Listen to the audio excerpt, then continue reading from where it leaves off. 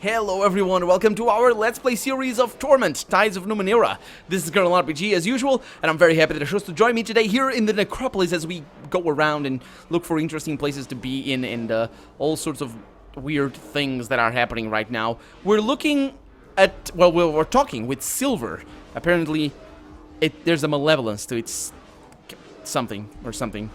You are a fellow seeker, yes. Tantalum has sent me to learn the secrets of the valley. I can smell the desire on your skin, but not the success.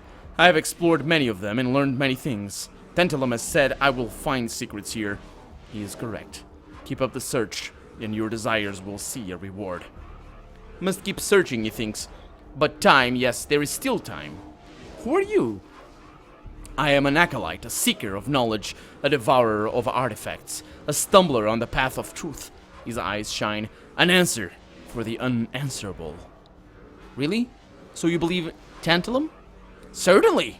All of humanity's wisdom, and even much that is not of humanity, lies buried in this necropolis. It is only a matter of time and effort before one finds answers. So what have you found in these tombs? His strange face shifts through a variety of shapes. Truths of the old worlds reveal themselves to me. Secrets of time and reality.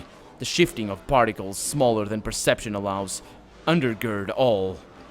But they are not a part of my truth. My answer, he thinks, I will find it. Oh. May you find what you seek. And he's off. Just like that. And we have things over here, and again, it's probably just names. Lilac and Lockhart. Buggy Whiz. These are all backers, I assume. Daniel Stewer. Ravenerics. That's an interesting name right there. Let's see, these epitaphs. Revered by some, understood by none.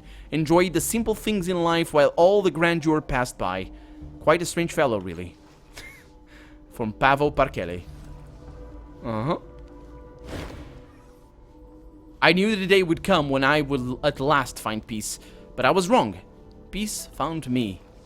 From Ashad Mothward. Okay. In what room are we right now? There's things in here. We're rooming 1212.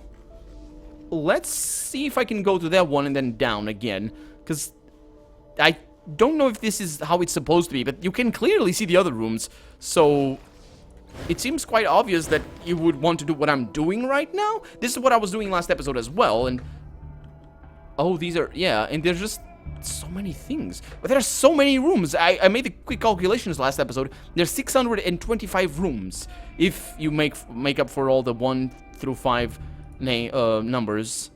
So yeah. So let's not as much support that these guys deserve for supporting this game, its development and all that. I'm not gonna click all those, so let's see. I once was determined to get to my destination and fought through many hardships to get to it. And once I reached it, I lost my way. It was the journey I wanted and not the destination, but I realized this too late. Remember, seize the day. Is that a quote from somewhere, or is that just whatever CD, the Fallen Leaf, wrote? Maybe. Over here. I would often ask, was it worth it, when looking in the mirror, filled with doubt. But as I looked upon the medallion my daughters gave to me, I realized that the answer was, and always will be, yes. Even as I embark on the final journey. Sure. I suppose that's okay. We have another one of these. Let's go down there, because that thing is making a little thingy. So, we're in 1313. So, arrows, and button. And there we go. Let's see what that one is. And then we're gonna go to we have 4 rooms that we know exist, have something in them. These have something in it as well. All you can tell about this man is that he is clothed in red robes, with a pipe in one hand and a staff in the other. Is he a weary traveler? A seeker of relics? Perhaps the pipe and staff are heirlooms from his ancestry. One thing is not in question, the look of disgust on his face. You're an explorer. Let me guess. Tantalum sent you down here too, didn't he? He tell you to come find Hero? Well, you found me. He scowls. Tantalum. That trig, that sudden lacknibber, that scabrous tulk. I'll bet he does this to everyone. Sends them off on a wild chase with promises of deep and secret knowledge, and then laughs about it to himself. How many does he send down here, he thinks? And how many fall for it, like I did? So you know Tantalum too? Unfortunately. I was looking for ways to tie together a theory about certain gravity-bending civilizations, but Tantalum diverted me by saying I'd find my answers if I read enough tombs. So yeah, I know him. That bastard. What are you doing here? I'm an explorer, relic hunter, theorist, and now apparently the man who missed his funding deadline and with his investors because of a stupid prank by the craft eater Tantalum. I'm such a fool, he thinks. Oh, just read graves, hero. You'll find what you seek. So, how many tombs have you read? If you ask Tantalum, not enough. If you ask me, far too many. Actually, yeah, Tantalum, is he the guy that's standing outside of the necropolis right immediately after, outside the door? I think he might be. And when we were there, we could lie and tell him that we have read more than 20 tombs. I think it's not, it may be these, so, I don't know. Have you found anything in your explorations? Oh, yes. Craft, schist. In other words, precisely nothing. He holds up a finger. Well, that's not precisely true. I found this worthless piece of junk in a tomb, doubtless dropped there by some other sap duped in Tantalum's errand. Worthless. Can't even break it down for shins. He tosses it to you. Here, a reminder not to listen to buffoons. It is actually a usable artifact. Within the endless loop of this strange alembic, golden fluid froths, fumes, and then precipitates back into the boiling beaker where it began. You cannot quite trace the pathway the substance follows. It almost seems that it is not a liquid at all, but rather some kind of organism endlessly and agonizingly transmuted within the unbreakable confines of the device. Okay, so it is something. Though I suppose I must admit to having learned something, he scowls. I've learned that death is inevitable and that Tantalum is a fraud, and that my own death draws closer every second I waste on his foolish task. Why don't you just leave? It's right there. You press the middle button and get out. And have you found anything else? No, nothing except the truth that death creeps closer every turn, and that Tantalum is the instrument who brings it nearer with his stupid time-wasting stunts. All right, farewell. Well, if I ever see Tantalum again, I'll show him what these tombs are for. I'll inter him myself. He puffs angrily on his pipe. If you know what? I'm going to find him right now. He strides away, realizes that you have spoken to him, and stops. He turns. My apologies. You're not to blame. Farewell yourself. And then he sweeps from the room. Aligen jerks a thumb at the departing man. Fellow's got a good perspective on things. I'll show that cringing half-wit. But yeah, I was gonna ask, why didn't he get out before? So apparently we need to click on a bunch of these tombs, which is a nice way to spread some of the love to the backers, of course. So I'm gonna do that, and I think I'm forming a theory here. I think it doesn't matter where you go. Let's walk away. 1, 4, 1, 3. Let's see if I can see anything interesting down below. Let's go down below. I think it doesn't matter where you go. That like every second X that you go to, you get a person, because they can be anywhere. They don't actually interact with the environment, so they can spawn anywhere. It doesn't matter. And this one has some cool-looking things. What do we have over here? Rocky Roads. That's an interesting name. Trifid's Nest. That's definitely not a name. Is it? Could be. Theo Meerkerk. Meerkerk is interesting. Craig Mister. I do realize that I'm evaluating the name of people, but I guess it doesn't matter. Hopefully they're listening, but probably not. In searching of knowledge, always. From Versum. Okay, ooh. There's another one of those down there. I'm gonna go to the bottom right. I wonder if I can go actually bottom, because we're 1513. Let's go bottom right and then go bottom left. As soon as you press the button, and we go there. I have to go to 1254. Oh, there. See, I was right. Again, you see. Oh, it's Silver again. Again, you meet the strange humanoid calling itself Silver. It seems different, though. Upset. More tombs, more Tantalum, more searching. Frustration boils under its calm tones. Must search, must know. It turns and methodically bangs its head into the walls of the tomb. Must. So close, it thinks. Not close at all. Must find more. Are you all right, Silver? Silver, a seeker, a curse, a question seeking an answer, driven to find it. What are you talking about? A man. A man torn in time and knowledge. A man? Yes. Not a construct. Not a shell. A mind in a shell.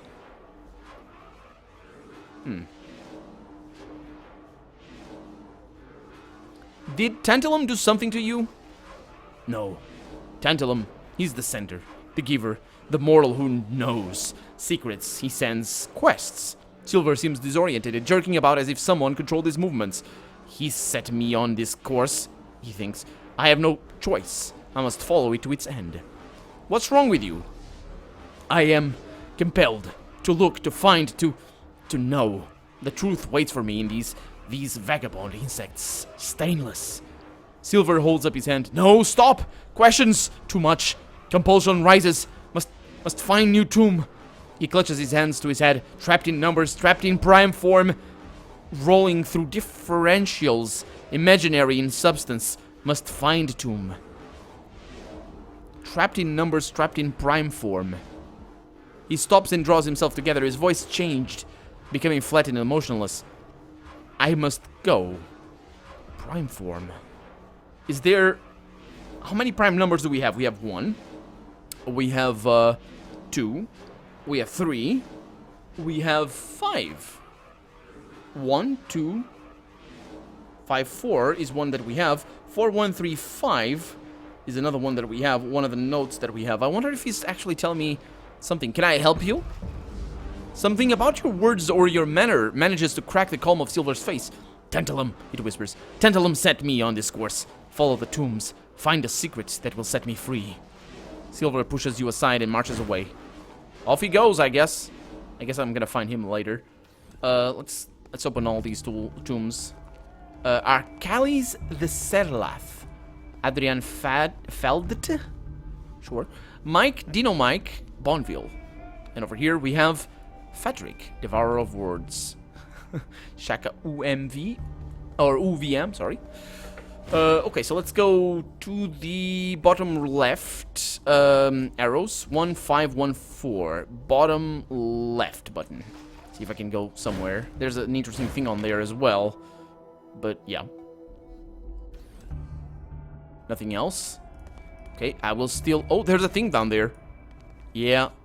I do wonder, though, because these... I seem to always be in the same place. These must be procedurally generated, all these places, in relation to where we are. It's an interesting system, because it's always the same map, except it just changes whatever we have.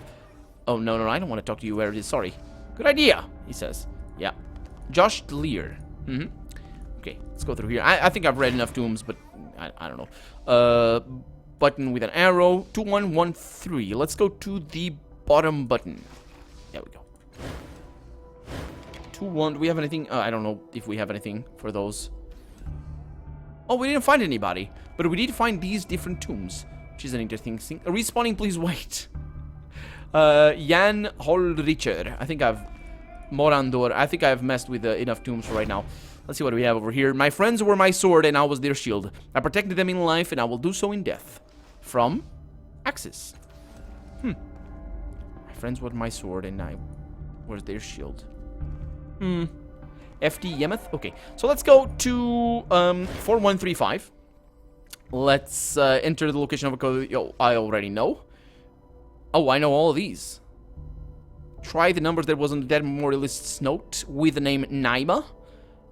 I have more. Yeah, let's go with Naima first. You press the button 4135, which is what I was saying, but I have another one. 1254, although that might be the temple. Yeah, that's temple. I have another one though. I don't. It's the silver note, the silver thing that we got from the cat, I think. When the fourth hexagon illuminates, a field of energy forms around you, and you feel the same tight sucking sensation in your lower belly, and we're off to... Nothing is here. I mean, I guess... Oh. You don't know if you just blinked or if the tomb around you somehow snapped into a different reality. Nothing significant seems to have changed, except you have an additional cipher that you're certain wasn't there before. A phylactery. Point on the ground. It's a target. Okay. Summons a humanoid husk to fight by your side. Oh, a tear-shaped vial fits where a lens would be expected on the opposite end of a labile or labile contoured eyepiece. As the oddly large pendant on a fitted chain, it emanates a cool blue glow. The vial is almost full with a liquid, but its composition is a mystery because there appears to be no way to access the contents. Zahel El Shami. And I think I still don't have... that's good. I still don't have Cypher Sickness, which is great. Because I took that ability that allowed me to have one extra. Kenneth Holm Tronrud. Rick Arnold. Eliandri. Adam Darby. So was that what we needed? His fight came to an abrupt end with the realization that truth is irrelevant. All that matters in society is belief. Those that see the truth outside accepted beliefs can suffer in silence or cry out in futility one last time before they disappear. Who said this? Peter the Wonder Goth. That's an interesting... Oh, what you heard was my neck cracking. Don't worry.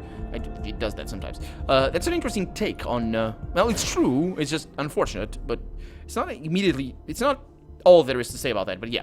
There's something tucked behind this marker. You struggle to wrench it free. As soon as you do, you realize, through an odd twist in your gut more than anything else, that this is some cast-off smear caster. These flowers are complex arrays of circuitry, each petal covered in carefully laid copper wires. Filaments run from the petals into a ruddy,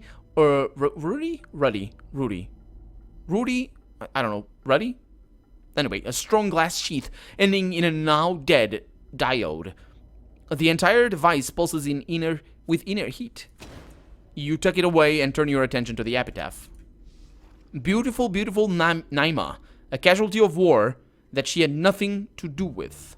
1999 to 2003. Is this supposed to be a reference to an actual person? Or is that... No, that can't be something in this... No, it must be Naima. Yeah. It must be a reference to an actual person, I suppose. Okay. Let's see. So we have the Naima thing. Did he update anything? Well, let's see if I can find something else. There's interesting things around. 4135. Let's enter some other code.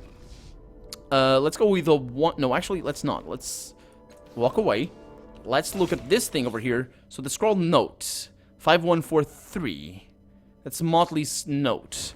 And over here we have the 153 and 5. Let's go with that. So enter some code. 1 5 3 and 5. These hiccups. When the fourth hexagon illuminates, off we go. So I don't know if this is actually a thing, but I don't think it was triggered. It's silver again, isn't it? Yeah, it is. It's the arcane humanoid Silver. He's not as erratic as he was when you saw him last, but his eyes carry an intense look. He stretches his hands out towards you. They're trembling. You carry the phylactery. I see it under your clothing. I sense it in the air around you. Let me touch it. I beseech you, let me. My answer. He has it. What does it do? It will show you truth. It will give me form. It will allow me revelation. Okay. I'm starting to figure this weird place out. Yeah, it's pretty tricky to figure out, Ren. Yeah, he yanks it from your hand and turns it over and over. Yes, the husk will serve. Only a few adjustments are needed. He fiddles with the phylactery too quickly for you to follow what he does. There. That should give it form as long as it retains a consciousness now. He holds it to his eye socket and lights begin to swirl around his head. Liquid fills the vial, tears streaming from his eye, and streamers of luminescent fog weave themselves together around the vial. He sets the cipher to the ground, it dissolves, and a moment later, a new body stands before Silver, a middle-aged man with a sharp and curious face. Silver steps forward, studying the man, and then reaches out and touches his new body's forehead. Lightning jolts through both of them.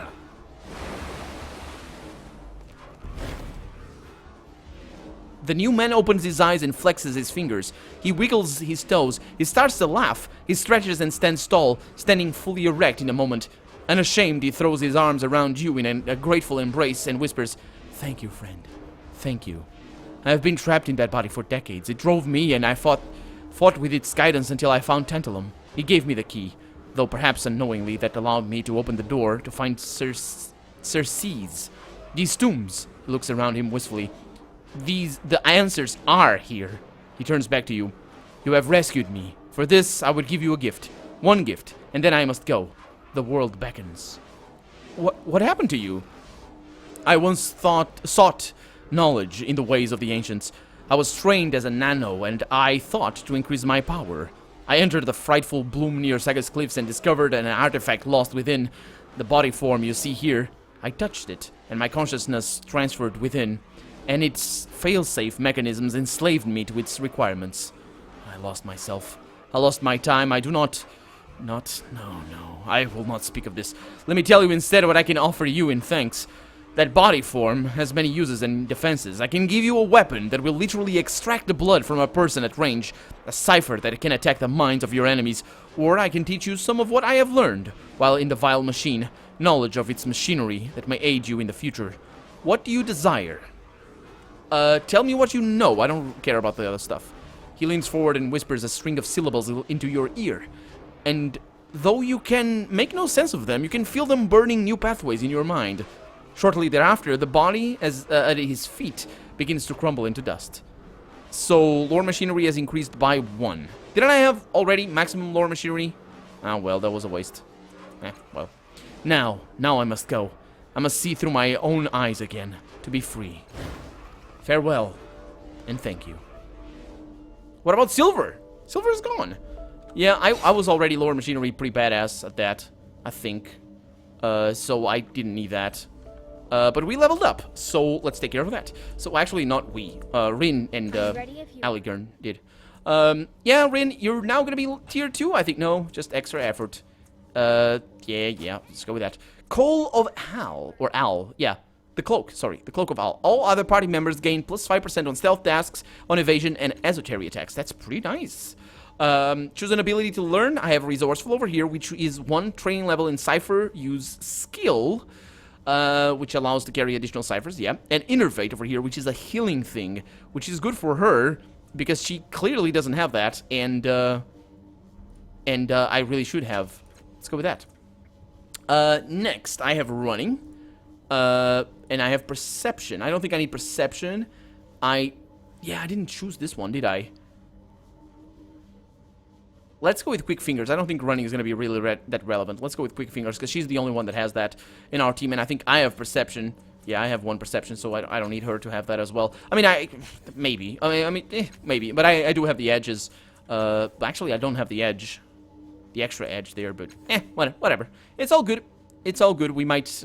if I can get myself on a cipher using skill, then that's gonna be my edge going back up. So that's gonna be a good investment, I find. So let's see. Yeah, you're gonna need some level up as well. So you, Aligern, stat pool increase would be nice. So actually, let me see what you can do, my friend. You are using a might melee weapon for medium weapons. That's okay. So I could, if I were to increase our stat pools, oh man, his speed is really bad. I probably would go with extra might right there. For increased edge, that would be an interesting thing. We don't need might though for edge over there. What is he good at? He's got Cipher Use, Concentration. Do we have Concentration? Somebody has Concentration? What is Concentration for again? Oh, it's for the bonded artifacts, not for the cipher. Yeah, that's what I need. That's what I need. Okay, so he can use bonded artifacts. It's pretty nice. He has Endurance, which is health, which is interesting. Intimidation. That is not the one that uses it the most.